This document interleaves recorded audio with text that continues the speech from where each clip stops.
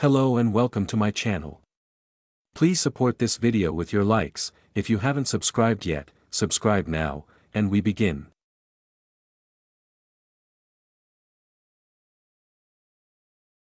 This is the story of a hunter who encountered visitors from other worlds. Here is how that story sounds in its original form, with no hidden names or places.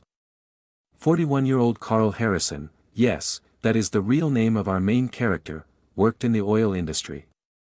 Being an avid hunter, he decided to head into the forest on the weekend of October 25, 1974. Carl climbed into his pickup truck and, following advice from a seasoned hunter he had met earlier, drove toward the remote Jefferson National Forest in Canyon County, Colorado. Harrison himself was an experienced hunter, but he had never been in this area before. It turned out to be an isolated, deserted region where almost no trace of humans could be found. He reached the spot by dirt road and then chose to go on foot over a small wooded hill so as not to scare the local wildlife. On the other side of the hill he instantly came upon a herd of deer, one of which was a magnificent buck with branching antlers, a dream trophy for any hunter. Hardly believing his luck, Harrison was about to shoot when something very strange happened. He aimed, pulled the trigger, yet the shot was utterly silent, and the rifle produced no recoil. Harrison was stunned as he watched the bullet float forward in extreme slow motion. It traveled just a few meters and then abruptly fell to the ground, as if it had hit an invisible wall.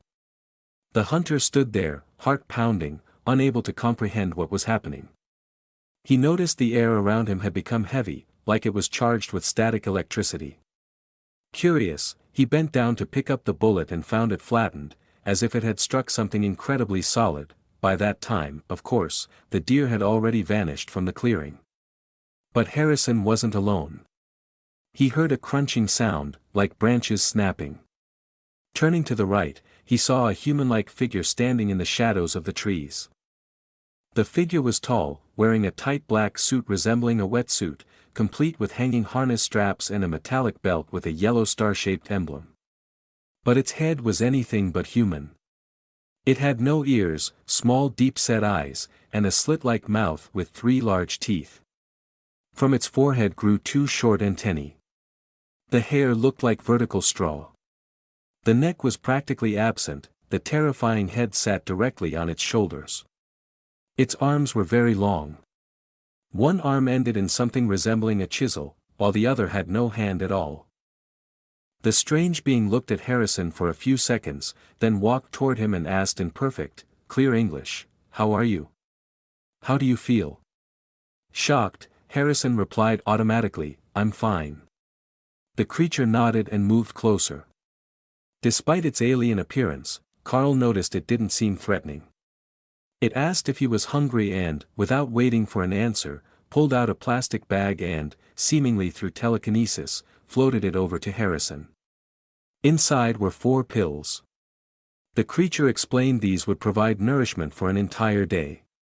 Harrison took one and swallowed it, putting the others in his pocket. Let's pause here and reflect on how naive this move was, accepting unknown substances from a creature from another world. But let's assume Harrison was simply a curious, trusting soul, eager to experiment. The creature introduced itself as Osso 1, let's just call him Osso. It pointed behind itself, and Harrison saw a transparent, cube-shaped object on the ground. There were no doors, no windows, no wheels, just a cube sitting there. Much smaller than any airplane, it measured about 5 feet tall, 6 feet long, and 4 feet wide. Osso asked if Harrison wanted a ride. Before he could answer, he was somehow already inside. It felt like teleportation. Though the space seemed tiny from the outside, inside it was much larger. Another creature, similar to Osso, was also present. It placed a helmet on Carl's head. And the cube began to rise. Through transparent walls, he saw his abandoned truck below. Osso pointed a device at it, and the truck vanished. The cube rose higher until it seemed to reach Earth's orbit. They flew deep into space, and Osso claimed they'd traveled over 163,000 light-miles. Ahead appeared a planet with a towering structure surrounded by dazzling lights so bright it hurt Carl's eyes. He screamed for them to be turned off. Also later said he regularly visited Earth to hunt and fish. They brought Harrison into a room, scanned him with a device, and said he wasn't suitable for their purpose, so they had to send him back. Strangely, he returned just as suddenly as he had left. Before releasing him, Oso took back the pills but was forbidden from taking the rifle. The aliens vanished. Carl found himself alone, terrified in the forest. Eventually, he stumbled upon a vehicle and climbed in, only to realize, it was his truck. Using the radio, he sent a distress signal and sat for a long time, trembling and waiting for help. When the search team found him, his truck was deep in a forest canyon 5 miles from where he'd left it. There were no tire tracks. Among the rescuers was his wife, but he didn't recognize her at first due to trauma. Strangely, others in the area had reported seeing lights in the sky around the same time. At first, Carl couldn't recount much, only that his bullet had flattened on impact with something invisible.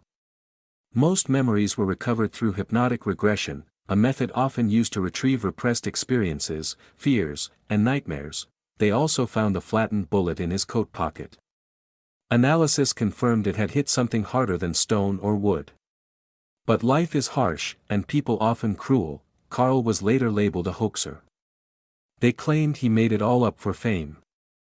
Yet the impossible relocation of his truck remains a compelling fact.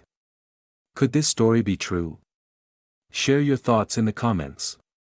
Like and subscribe for more. Thank you for stopping by my channel.